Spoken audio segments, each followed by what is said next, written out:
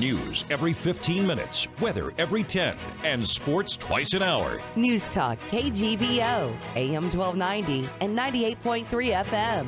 You're listening to Montana Morning with Peter Christian.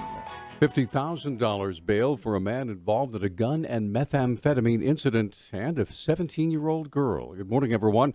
Montana Morning for Monday, April 17th, 2017. Right now, the sky's cloudy. We've got 43 degrees in Missoula. Our newscast, sponsored by Dig It Excavating, bringing 30 years of excellence to every job. Give them a call today at 214-4292.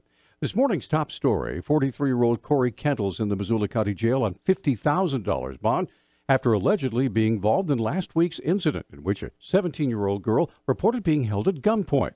Chief Missoula Deputy County Attorney Jason Marks details the charges. He denied supplying her with methamphetamine. He admitted to helping her obtain it, and that's the source of the endangered welfare of a child charge. He also, after he was arrested on that charge, attempted to get family members to remove communications on Facebook between himself and other people, including the young woman involved. Marks addressed Judge Landy Holloway during Kendall's Justice Court appearance on Friday. Mr. Kendall has a prior felony conviction from 2011 for possession of drugs with intent to distribute.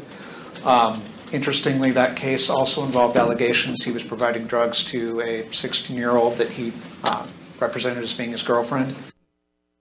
Kendall is now in even more trouble after a deeper investigation into the incident. Since the filing of this complaint this morning, Your Honor, detectives have been conducting searches related to this investigation. They've recovered a loaded handgun from Mr. Kendall's car and a distribution level of methamphetamine from the motel room that he was apparently sharing with the 17-year-old in this case. Judge Holloway set bail at $50,000 and ordered Kendall returned to the jail with another appearance scheduled for April 28th. Upon receiving both toxicology and autopsy reports from the Montana State Crime Lab here in Missoula, the cause and manner of death has been confirmed for both Annette Bulow and Christina England. 33-year-old Christina England was found January 19th behind an apartment building in the Linda Vista area, as KGVO reported. The cause of death has been determined as acute methamphetamine intoxication with hypothermia as a contributing factor. The matter has been ruled as an accident. 53-year-old Annette Bulow passed away January 24th of this year of hypothermia. She was found behind a home near the 900 block of 5th Street West. The matter is also an accident. Detectives with the Missoula Police Department had been investigating the details surrounding her death. Missoula County Attorney's Office got a bit of a breather last week with the total number of felonies down to just 11 rather than the more than 20 they've been facing most weeks. There were still some disturbing cases, though, including a local crime spree. There was a person arrested, and we would call this a home and construction site theft spree. It involved taking allegedly thousands of dollars worth of tools and 2 motorcycles from various sites, possibly drug-fueled. There were 3 cases involving violence against persons, one of which sounds somewhat like a Wild West bar fight. This did not involve a family situation, thankfully, but it was very serious nonetheless. There was an argument that happened at late night and at a drinking establishment. One of the people allegedly punched the other one in the face, kind of a sucker punch that resulted in multiple fractures of the victim's face. He had to seek medical treatment for that. There were 3 felony drug cases, as well as a DUI that involved a driver who was caught intoxicated with a 7-year-old child in the vehicle. Also another incident of stalking. The victim in that case said her stalker would constantly drive by, sent hundreds of texts, and effectively made her leave her own home out of fear. State prosecutors have decided to drop their attempts to put a convicted murderer who was granted clemency back in prison. Assistant Attorney General Ole Olson filed a court motion Friday to dismiss a petition of revocation against Barry Beach. The motion comes a week after the city of Billings dropped the charge that Beach violated a restraining order that a woman had taken out against him. The misdemeanor charge filed last fall prompted state officials to take steps to revoke Beach's suspended sentence. Beach was convicted of deliberate homicide in the 1979 beating death of teenager Kimberly Nees. Governor Steve Bullock granted him clemency in 2015. Ballots are being sent out today in Missoula, not for the upcoming special election, but for a mill levy request from the Missoula County Public Elementary Schools in District 1. Superintendent Mark Thane was on Talkback on Friday and explained. Montana school funding is complex, to say the least.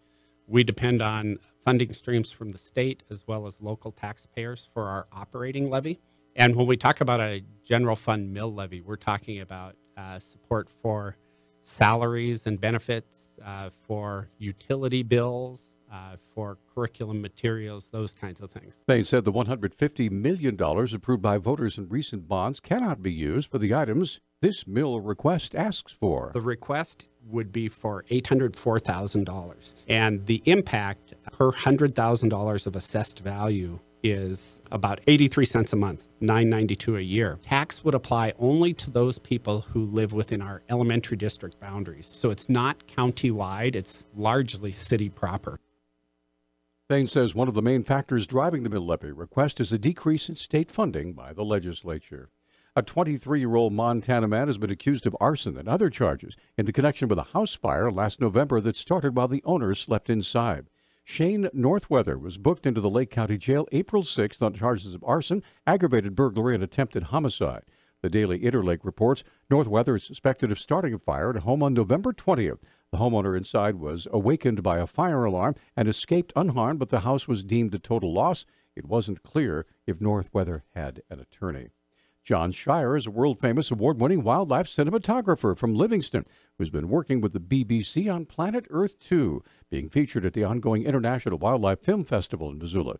Shire says his work can be dangerous, but not in the way you might think. I think the biggest thing I worry about, honestly, is the travel. Traveling in Africa in vehicles without seatbelts and driving crazy, that always worries me. Working up in Alaska a lot, it's all bush planes we're flying here and there. So for me, it's more of the transport I see as where the risk is and trying to mitigate there. Shire hopes people in the Missoula area will attend Planet Earth 2, especially to enjoy his work with snow leopards. My snow leopard sequence that I worked on was shot very traditionally, meaning we just kind of packed our heavy cameras around and filmed snow leopards.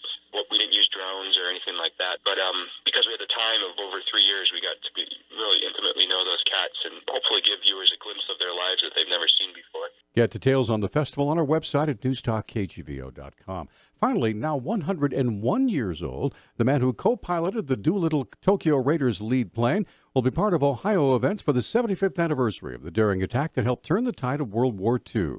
Retired Lieutenant Colonel Richard Dick Cole says it'll be a somber moment when he toasts the fellow Raider who died last year, leaving Cole as the last of the original 80. Of course, that was David Thatcher of Missoula, who died in June of 2016. He was 94 years old. Our news talk time now is 6:12. News Talk, KGVO. Missoula's official weather station. Mostly cloudy to cloudy skies today with scattered showers.